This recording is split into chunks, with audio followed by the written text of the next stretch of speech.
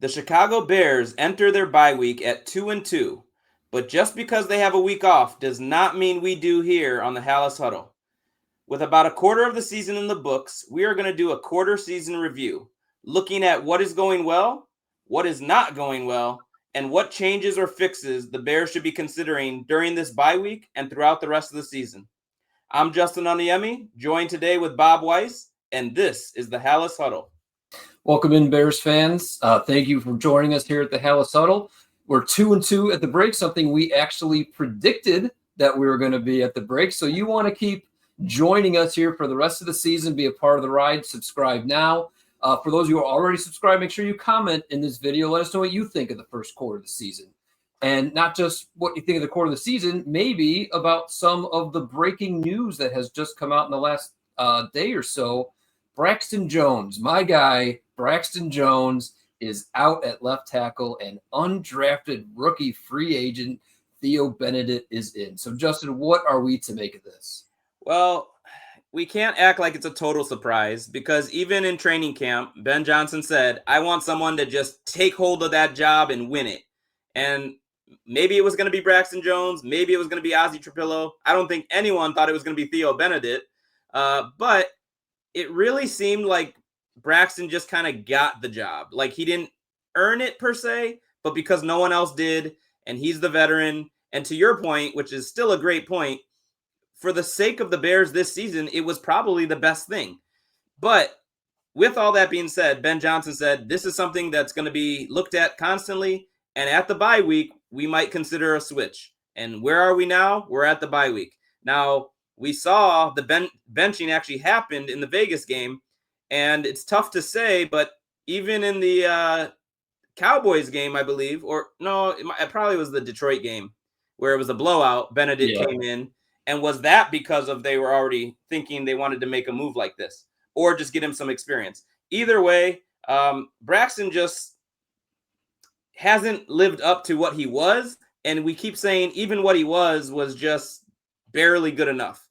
And so to me, if he's not cutting it, maybe you should look at a guy who potentially could be your long-term solution, although I don't know that that's the case. And it raises some other questions, but I want to hear your take first.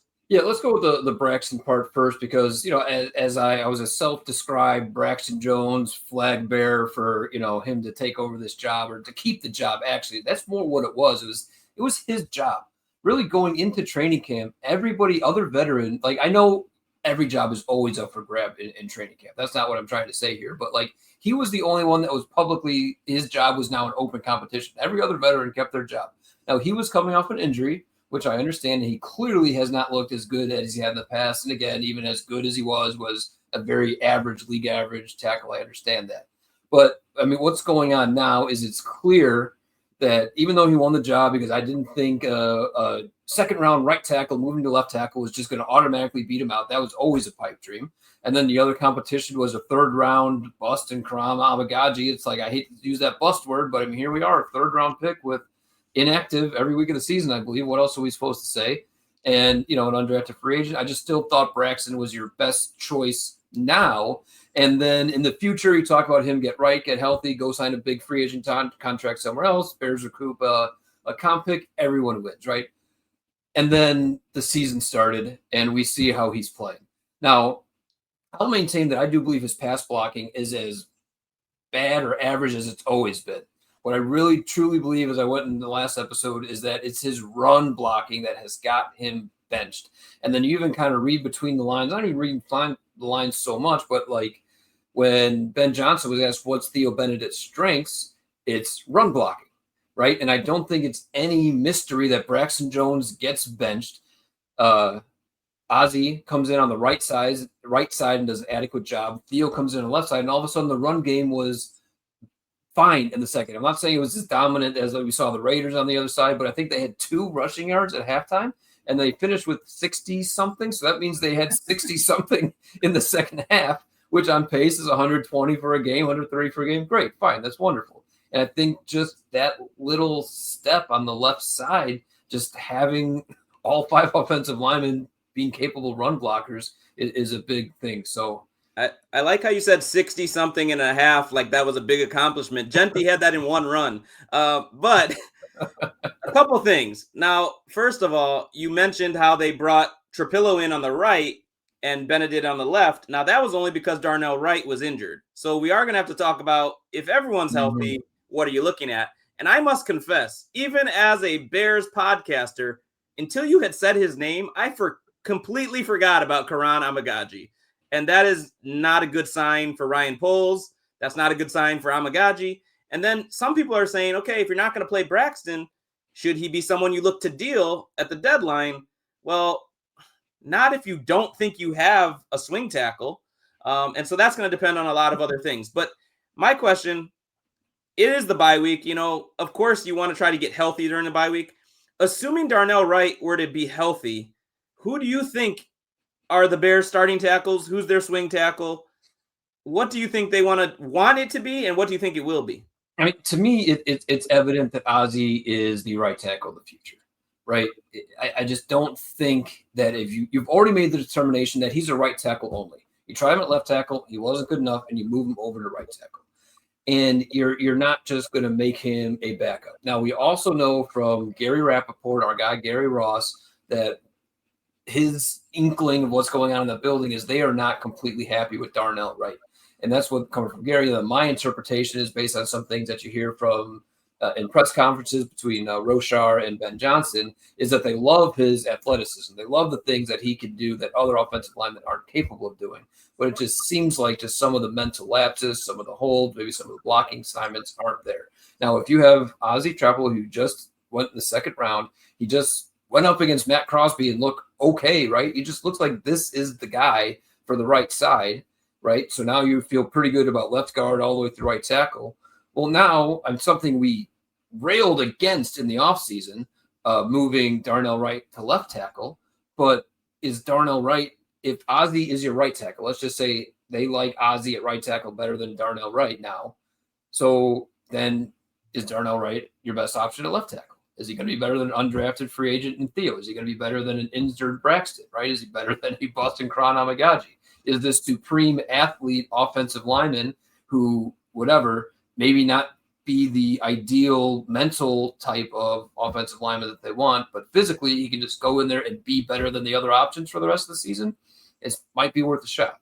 Yeah, I mean, and it's like we're answering these questions in two parts. Because one, you're 2-2, and you're hoping that this is a season you're competitive and you're going for things. But long term, too, there's now a lot of gray area here. Now you said he's as far as Trapillo, they know he's just a right tackle. I interpreted that as maybe that's how they feel about him this season. Can you make a switch like that in an off season? And that goes for either Trapillo or Darnell Wright, because you invested high draft capital in both those players. They're both on rookie deals, but with Wright, you got to make your decision pretty quick here. And so if he's not your left tackle and you have two right tackles, both of whom you drafted early, you pretty much have to trade Darnell Wright at that point. And Ben Johnson comes in, it's now his team. So he didn't draft Darnell Wright, but the capital they invested in him makes me hope and think that they'd at least try him over at left tackle. And for me, that's the ideal situation. He moves over there. Although if you're frustrated with what he's doing at right tackle, I don't know that you want those things on Caleb Williams' blind side. But as far as just again, is that better than the other options at left tackle, right? True. That's and then Benedet's your swing. And Amagaji, if he ever shows up, is also in the mix. But it's interesting. And I'm also surprised how quickly this news came. I don't know. Right. So you guys, Hal Thudlers, get in the comments section. Let us know what you think about this tackle battle where, obviously Justin and I are kind of don't know what to make of it. So what do you guys think? Let us know. All right. Now there is some more breaking news, and this is positive, all positive. The Bears have been suffering from some key injuries, and they've only had one practice, and now the players get the week off. But in that one practice, TJ Edwards returned from injury, Kyler Gordon returned from injury, and Colston Loveland returned from injury. So all three of those players are supposed to be huge impact players on your team. Specifically for the defense, I feel like they've done enough. I mean, they've showed up when they needed to, in a sense, but they've really missed both those two players I mentioned and Jalen Johnson. So to get two of them back would be huge. What do you feel about it, Bob? And just tell me how it makes you feel. It's just incredibly encouraging, right? Because that was my biggest thing coming out of this bye week. Obviously, there's going to be some self-scouting going on. There's going to be some, just things that they're going to make adjustments to game plans, and not necessarily game plans, but just what they're going to try to do, what works for them offensively and defensively. That's going to be what they're doing in this bye week. But I think a bigger impact is just having better players on the field, having healthy, better players on the field. So coming out of the bye week, I for sure needed Kyler Gordon to be healthy and Colston Loveland to be healthy. So to hear that they already were practicing before they go away for the bye is everything that I needed to know. So in our off-season episodes, we talked about a bold prediction was that Kyler Gordon was going to come on the scene this year and be a player that people knew around the league. And that was after he signed an extension, basically making him the highest paid nickel in the league. But here's the thing. With the Jalen injury, Tyreek Stevenson has really stepped up. We like what we're seeing out of him. He's pushing to show you he can be a cornerback one. But Nahshon Wright, to me, is not like, oh, you just must have him at cornerback two. One of the things the Bears like about Kyler Gordon is he's kind of like that pocket knife. You can play him in a lot of places. At this point, I say put him on the outside and let him be your cornerback two. What do you think? You like him at nickel or? I like him at nickel. That's what he's paid to be. That's what he's, that's where he can be more of a versatile weapon is there. He can drop in coverage. He can blitz. He can do a lot of different things from there. It is what it is. That doesn't really help your outside corner until Jalen Johnson comes back, if he comes back. But I just think that he's a nickel. I think he's the prototype. That's what he is. That's what he does. And that's what he's going to make the most impact. And I'll probably bring up his name a little bit later, but I think the Colston Loveland thing, you've mentioned it a few times in our episodes, but this is a top 10 pick, man. So you see guys all over the league doing what they're doing as rookies, and our top 10 pick, I mean, what, 2 catches, I think, this season? I don't know. Two or three, I think it is. And like Rome Odunze was a disappointment in his rookie year as a top 10, and he had 650 yards or something like that. Like Colston Loveland's not even on pace for 300. Right. So it's got to, something has to happen with Colston. And we know he came in hurt, but he kind of like overcame that and had a training camp. And then to see it now showing up again, different injury, but showing up again that he's not out there, very disappointing. So we hope he heals over the bye week and then can start to show what his potential is. I think it will help him, but I also think it could help this offense tremendously. All right. So now, you got something else? No, just say absolutely. Yeah. All right, so for our quarter season review, the way we're going to do this, first we're going to talk about what's been going well, maybe even more so than we even would have expected. So what are some of the pleasant surprises for you, Bob, so far about a quarter of the way into the season? For me, I'm going to call it the Caleb Williams eye test. Like, even though he had that monster game against Dallas, I still think you look at some of the stats, even though we are going to have a more in-depth breakdown on Caleb Williams' stats coming up maybe next week. It's not like world beater stuff. Like the game against Vegas. Las Vegas was, 200 some yards, low 200 yards, 1 touchdown, 1 pick, nothing spectacular. But you just still like our biggest worry about Caleb Williams was the sacks. And you look at what he did against the Raiders, and he was the reason he only got sacked 1 time. Right. So you just see he always had this elusiveness, but that elusiveness also came with a lack of awareness in the pocket. And now you're seeing those two things be meshed together, and it's spectacular. And then when he has a clear pocket, you are now seeing that arm talent delivering spectacular balls more often. That touchdown pass to Rome Odunze in the third quarter was over one level of defense, right in between another level of defense, but also within a triangle of defenders. Spot on. Like that is just incredible arm talent that we're now starting to see pop up 4, 5, 6, 7 times a game. We're seeing just spectacular in-pocket throws that other quarterbacks can't make. So that's the biggest thing that I'm excited about, that we're seeing more of that talent turn into production than we did last year. Yeah, and that touchdown to Odunze, that was from the pocket with pressure coming. So there was no panic. He kind of knew what to do. And to the credit of the O-line, they did actually hold up on that particular blitz. But yeah, absolutely.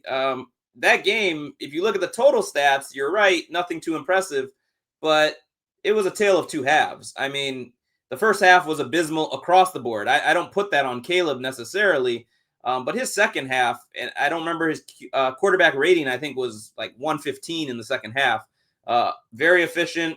The yardage was quite a bit because I think of his 212, I want to say 160 at least was just the second half.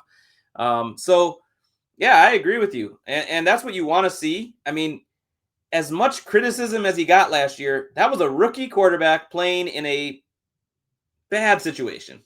That's me being nice. He's a second-year player, so you still want to see growth and improvement, and everyone keeps saying it. Ben Johnson says it. We've said it here. You don't expect it to just be this linear path towards success. So there are going to be bumps, but the progression is going in the right direction, and I totally agree with you. For me, what's going well, it's going to sound like I'm insulting them, but as bad as the defense has been at times, they have been making big plays, forcing turnovers. I mean, the one that comes to mind is the Tyreek Stevenson strip. What people maybe forgot is that was after they just got gashed for like 24 yards and he rips the ball out of the guy's hand. But you got to be opportunistic. If you're going to be less than stellar, you got to at least be opportunistic. And so far they have been, and that's with, no TJ Edwards, no Jalen Johnson, no Kyler Gordon. When these guys start to return, maybe the consistency is there and you're still forcing turnovers. It's been better than I expected. Is that the Dennis Allen effect, or have the players just been making plays? What do you think? I think it's some of the Dennis Allen effect. I think it's some of the leadership in the locker room effect. You see what happened the first two games and what happened the next two games with that defense and that players only meeting, which again, some stuff gets hyped, but when you see a difference in how they're composing themselves out there, maybe it had an impact. So my point to this is I still don't think this is a super talented defense, but if you're going to start playing with physicality, you start intimidating the other team. Even if you're not very good, you can still give yourself an edge by being physical with them and taking the ball away at every opportunity. So I think that this is a great, pleasant surprise. If it weren't for these turnovers, it really shuddered to think what this defense would look like these last couple of weeks. But, absolutely, I agree completely that. Well, I think that goes right into one more pleasant surprise we wanted to talk about, but it was your baby, so why don't you bring it up? Yeah, the biggest thing for me is we were all excited about Ben Johnson. Not that I wasn't excited, but I was a little bit more reserved about hey, there's no such thing as a magic pill that some brand new head coach who's never been a head coach before is all of a sudden just going to come in and change everything. Well, 4 weeks in, I'm starting to believe that this culture is already shifted. Not even shifting, but it might have already shifted. And that is way beyond my expectations. I thought it would all just, I knew this offense really wasn't going to take off. We see signs of it this year, but it wasn't really going to take off until next year. And I guess I really just assumed this culture was going to be the same way. We were still going to see some players quit, head down, whatever it is, just not 100% full buy-in 4 weeks in. And that's what we've seen already. And I'm extremely pleasantly surprised to see that. Well, and that includes with giving up a 50 burger. And I was actually impressed after that, hearing the way Caleb was talking about it, hearing the way Johnson was talking about it, and then you come out and respond with 2 straight wins. One where you kind of asserted yourself, and the other where you won ugly. But winning ugly is something that comes from good culture. It's what good teams do. I'm not ready to say they're a good team, but hey, we're used to them finding ways to lose, and they found a way to win. And so, yeah, I agree with you. If you start making a habit out of doing things that only good teams do, then what are you? You're a good team. You're a good team. So let's just keep that going. All right. I'd love to keep it going, but next on the slide is what's bad, So here, what are some things that are, one, they're bad, but maybe they're even worse than we expected? And I think really that key phrase there, worse than expected, I'm going to throw it to you because you came up with a good one in our pre-episode meeting. Yeah, for me, it's the interior offensive line. When they brought in Tooney, Dahlman, Jackson, we expected that was going to be solid. We knew that we didn't know exactly what we get out of left tackle. We thought Darnell Wright was going to be better, so maybe it was even all 4 of them, but fine. The tackles not being exactly one is fine, but that interior of the offensive line was supposed to be spectacular. It's supposed to just solidify everything.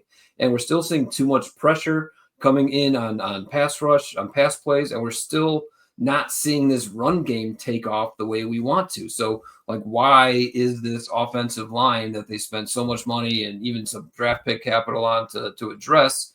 Is it because the tackles are still weak, so they're just not as good as they need to be? Are they just, was Jonah Jackson just, we were sold something that he's actually not? Drew Dahlman, we knew that he was a good player, maybe a borderline Pro Bowl player, but now we're just seeing him settle into being, just average to good instead of good to Pro Bowl. And Tooney, I still it's hard to say anything bad about Tooney.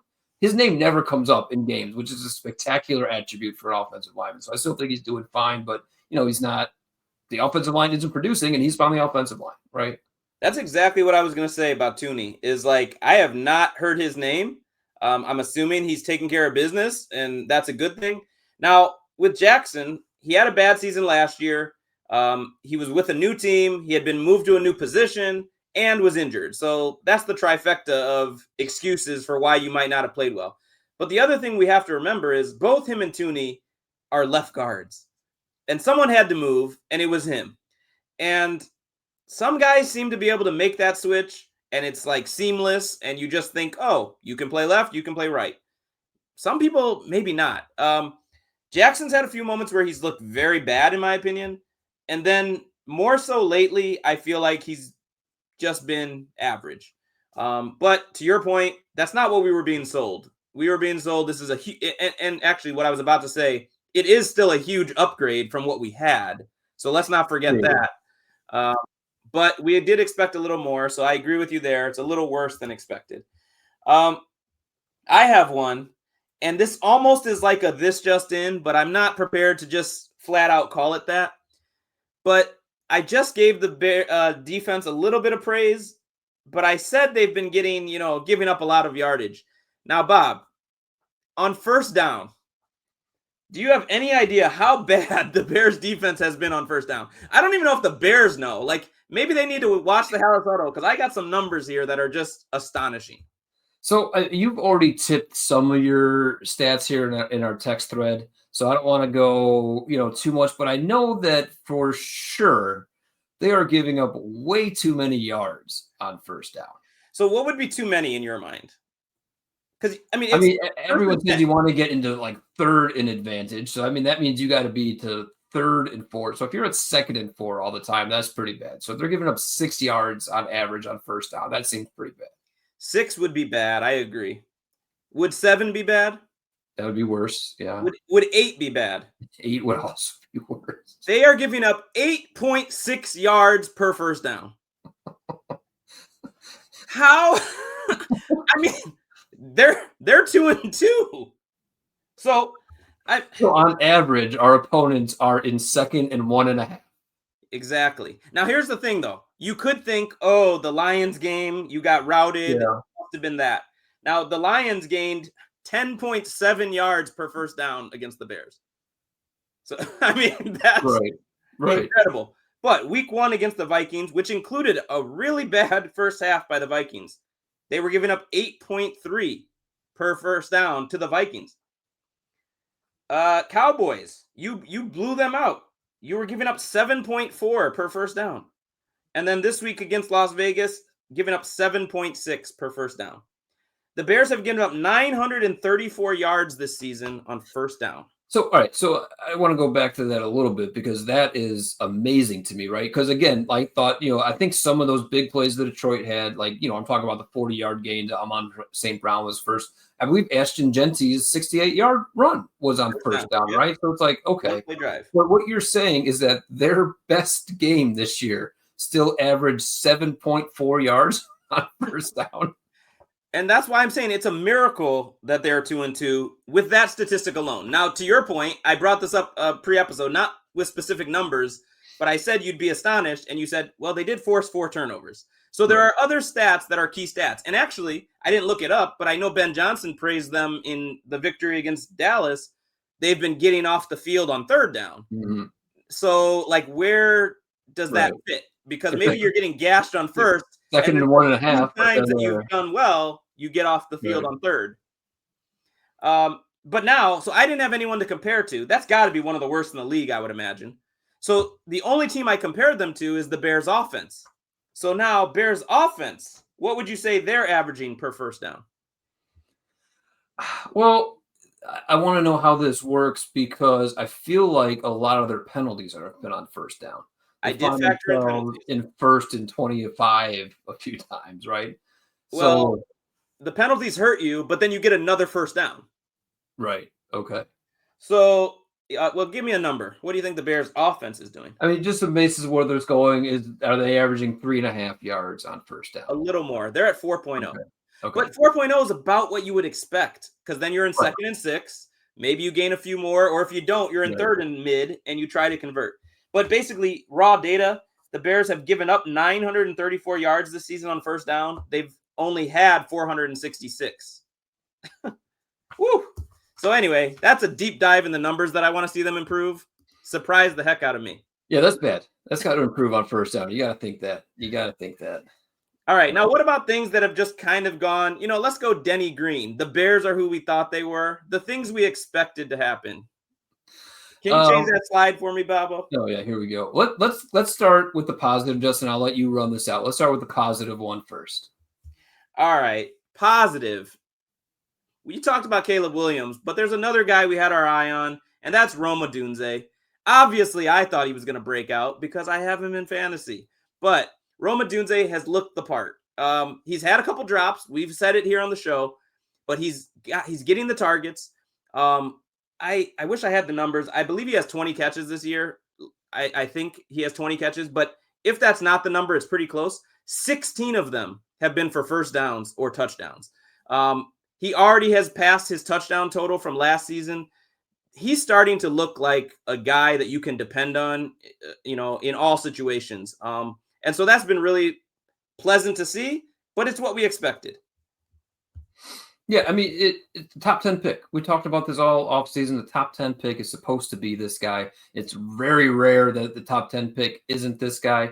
And it's just great to see, a consistent 6, 7, 8 targets every game, a consistent 4, 5, 6 catches every game, 60 yards minimum, a touchdown in every game. Like, this is what a number one receiver is supposed to be. We knew it was coming. It's here and couldn't be happier about it. We love it. So kind of the polar opposite of that. Another thing we expected to be was the pass rush. We knew that our defensive line just on an individual basis wasn't necessarily talented enough to do it. Now we hope the best case scenario we're going to get a nice, Montez Sweat has had a 12 sack year in his history, but other than that, it's topped out at like 7 or 8.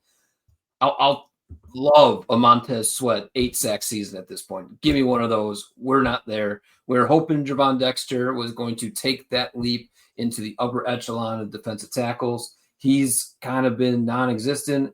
Grady Jarrett looks like a NFL grizzled veteran with bad knees, right? He hasn't been an answer. Odenbo is fine. I don't know. Yeah. Like, he's not good enough to make up for the deficiencies elsewhere. Maybe if Sweat was a stud and Dexter was a stud, then Odenbo would look better just because these guys would be playing better. Like, it's just not there, and then, your rookie Shamar Turner's done nothing. So, right. And I guess the frustrating part is, like, neither one of us claims to be an expert at NFL, or we're certainly not being paid to do it, that kind of thing.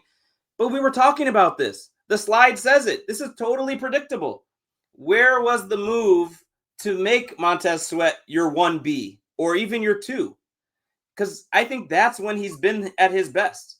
When he was in Washington, they had a solid line. He was playing across from, Chase Young. People have their own opinions on him. But he wasn't a guy that you just knew, okay, that's your number one. He's going to get double teamed constantly and make it easier on everyone else. I don't get the sense that that's how teams are approaching Montez Sweat. And I like him as a person. I like him as a player, I guess, but it's just not happening with the production. And so when it was something you were already talking about, and then you see it through a quarter of the season, you still see it's an issue, that's frustrating. So why don't I just parlay that into another thing we thought was an issue coming into the season, the running game. Now, I think you and I are going to have to hash it out a little bit here I wasn't a DeAndre Swift hater, but we definitely thought he needed to be part of a tandem, and they think he is with Manungai, a 7th-round pick. We talked about, watching Genti play, it makes you wonder, ooh, should they have dealt up? Could they have dealt up? I don't think they could have. And you already mentioned the line hasn't been exactly what we expected. So I don't know if it's on DeAndre Swift. I don't know if it's on the O-line. I think it's on both. I'll even put a little bit of it on Ben Johnson because he's admitted that in his play calling, he sometimes has gotten away from it. Obviously, we praised them on the 19-play drive with 11 straight runs, and it was working, and he was sticking with it. But overall, on the season, I mean, even the rushing stats are a bit deceptive because some of that's Caleb Williams, and that's not what we're hoping for. He's not Michael Vick. He's not Justin Fields. What's going on with the running game, Bob? Why is it predictably not what it should be? Yeah, so it's we just knew that the talent on the running back room wasn't quite the talent that you see in other rooms across the NFL. So that's part of it. But I want to remove DeAndre Swift a little bit from the blame here because I think that there's so much going on here with the running game that isn't going right before DeAndre Swift even gets the ball in his hand, right? When you call a run play, the quarterback, I think it's quarterback. I think it's on Caleb Williams. If you guys in the comments know that Drew Dahlman's calling out the mic and the protections, then let me know that I'm wrong. But you got your second-year quarterback learning a new offense, learning everything has to properly identify the mic, right? And then once the mic is properly identified, then he has to call out the correct protection based on even identifying the mic. And then once you call out the right protection, then all the offensive linemen have to understand that, right? They have to know what their role is in that protection, and then they have to execute it. So all those things that have to even happen before DeAndre Swift gets the ball in his hands. And I don't necessarily think that's happening, not necessarily because I'm some crazy film review and I can give you all the X and O's that's not happening. I'm going more on what we're hearing from Ben Johnson in the press conferences. I think Ben Johnson wants to be more honest than he is even, but he's telling you, like, no, it's not DeAndre Swift. It's a lot of these other things going on. And again, you bench Braxton Jones, and all of a sudden the running game looks better in the second half, right? So I think that has a lot to do with some of the protection. I do think Caleb Williams, just in the very first game against the Vikings, Ben Johnson's comment on why the running game didn't get going on, he said something along the lines of, I just the way I forget the exact phrasing, but the way he said it was basically like, I don't think Caleb was seeing the defense the same way I was. And that led to some mistakes in the run game. And then so he got away from it because he just trusted that if we're going to move the ball, it's going to have to be with this because we're not identifying what we need to do in the run game better. So it's just, there's a lot to it before you get there. And then DeAndre Swift, is he some excellent running back? No, I know he's not some excellent running back, but we saw it a little bit in Dallas where he was falling forward with the ball. Finally, he was taking for the first time, I saw him consistently take plays that were blocked for 2 yards and turning them into 4 yards, right? He's kind of the king of taking, something that's blocked for 6 yards and then doing something stupid and only getting 3 out of it. But, I just think that there's a lot going on with this running game. I don't know if he's the king anymore because Manungai turned a 1 yard into a -8. So, yeah. But you don't need film review to see there are times that when Caleb hands it to the running back, there's already a guy meeting the running back as well. So that's not on the running back. But you mentioned the talent level, and I think that brings us to the changes that come in. Do the Bears need to make a trade? Now, I've already been on the record saying the NFL trade deadline isn't Major League Baseball trade deadline. It's not like buyers and sellers, although we have seen more trades over time, more recent times. And in the Ryan Poles regime, he's not been shy about making moves. So do the Bears need to make a trade? We talked about running back. We talked about defensive line, specifically edge. Is that the kind of change you think might be coming, Bob? In your mind, should it be? Or in your mind, do you think it will be that way? I really don't see a huge trade coming. I shouldn't say I don't see one coming, but who really knows what Ryan Poles is going to do, right? I really don't know. I don't necessarily know if I want to see one coming. just because I don't know what it's going to cost. And right now, I'm more likely to want to keep my future draft capital so Ben Johnson can continue stocking this team with the types of players he wants, even though this year it resulted in Colston Loveland, who hasn't done anything, with the Burden, who is not letting do anything. But, that's neither here nor there. I'm not looking to trade another second-round pick for another Montez Sweat on the defensive line, right? You're not going to get somebody in the trade market on the defensive line better than, at the best, a Dayenbo, but at worst, maybe Austin Booker coming back is going to make the same type of impact a trade would make. I think Dominique Robinson has looked pretty good. He has. Not phenomenal, but he's he's getting a handful of snaps every game, 15, 20 snaps every game, and it seems like he's making an impact on a handful of them. That's a pretty good impact rate.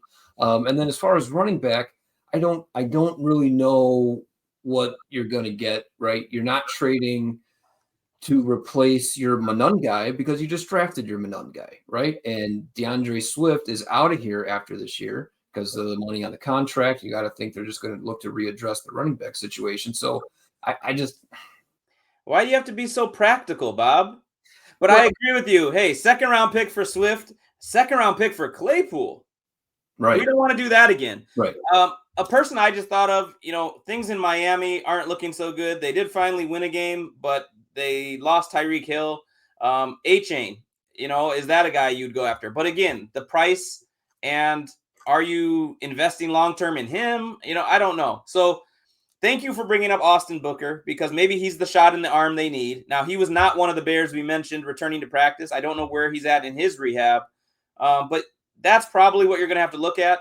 And then it's going to come down to schematics. Like you said, this is a week to self-scout, figure out what you're doing well and why, what you're not doing well and why. And we have faith more than we have in years past and other regimes.